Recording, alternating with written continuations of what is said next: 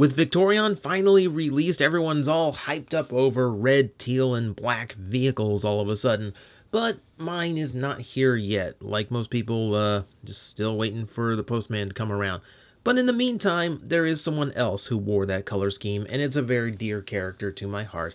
So we're going to talk about its Botcon 2010 incarnation. This is Rapido, originating from G2, or if you're in Europe, the tail end of G1. He was one of those characters that had a lot of familiar traits to him, but a little bit more wild on the color side and doing things a little bit his own way.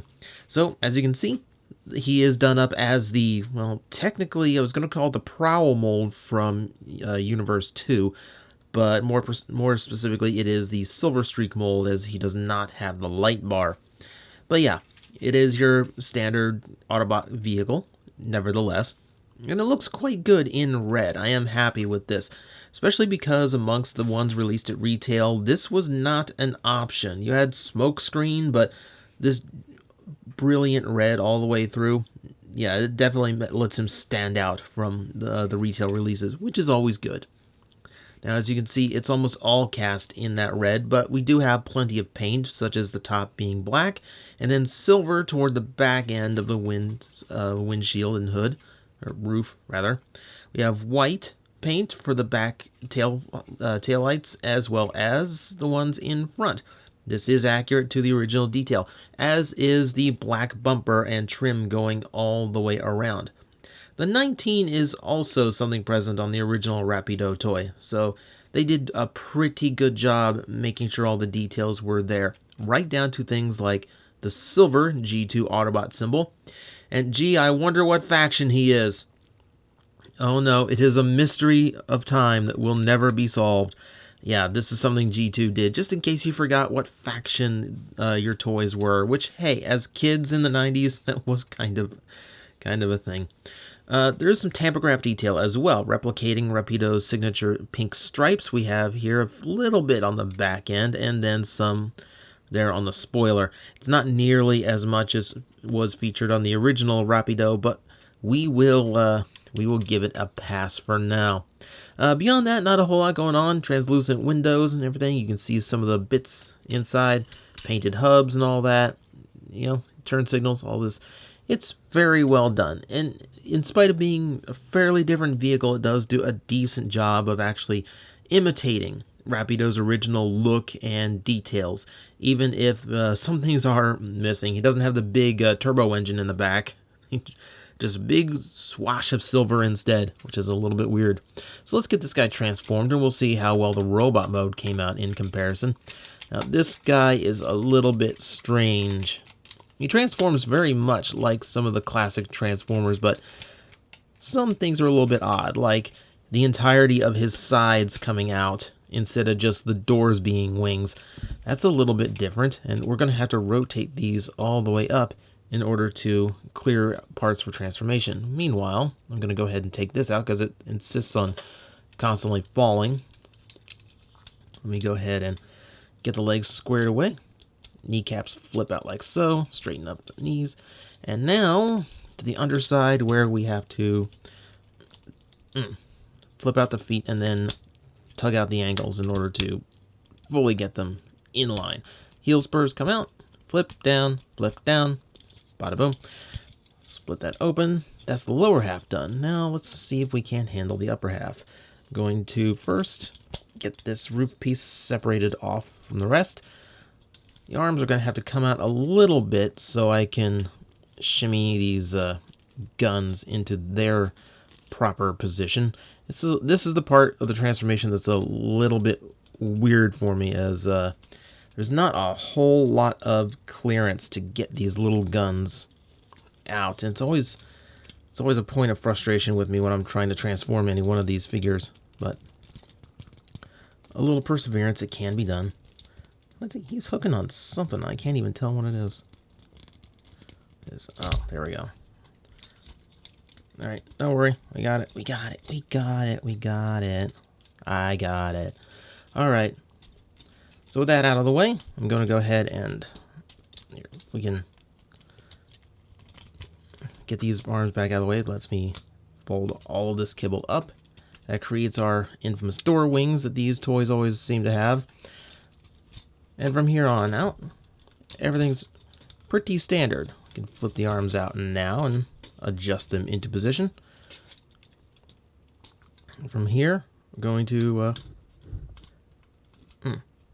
spring out the head, which should have a better spring action than that, but Rapido's head shape does make the fit a little bit tougher, so it doesn't quite work as well as it does on the retails.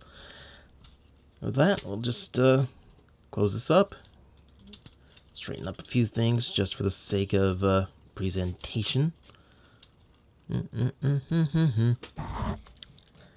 And I believe we will call that a completed robot mode. Behold, our deluxe class 2010 Rapido, looking quite awesome. Now, there are some changes to color placements and shapes and overall because, well, of course, he's borrowing someone else's mold. But for the most part, I think it's a pretty good reenactment of the original toy. In fact, I can actually show you that it's a pretty good reenactment. Yep, I still have my original Rapido. See, I was a little too young for G1, but I do remember getting G2 toys, and Rapido was one of the first toys I could buy all on my own. So let's get the original out of here, and we will go ahead and take a closer look at the new upgrade. Behold the face of Rapido. This is the man who outranks everyone. He outranks you, he outranks me. Technically, I don't even have the authority to be holding him the way I am right now. I love weird things about his character that I absolutely love. He's also bilingual. I always wanted to do this review in Spanish, but I would not want to offend any Hispanic viewers with what I would call Spanish out of my very white mouth. So yeah, he does have a lot of angles, a lot of sharp lines. This is something very late G1, Euro G1, and G2 did this a lot. And he does have a much more color than the original, since his face is blue instead of all silver. But it works, and it's a really, really good sculpt to update the original toy. The mold itself has always worked for me pretty well. The head does stand a little bit higher than I would like, because of that flip-out gimmick and the panel his head has to sit on for it. He does kind of get an elongated neck look, but everything else seems to work pretty well. He does have the classic door wings going for him, which can be adjusted to your liking. I usually like to fold him a little bit to the back. That way you can actually move his shoulders around, nothing interferes. And proportionally, he does have a lot of classic looks to him. Very retro Autobot, you know, the heavier lower legs and broad shoulders.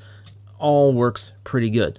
The color placement, like I said, is a little bit inaccurate since you do have to work within the mold's color placements. You can't really fix.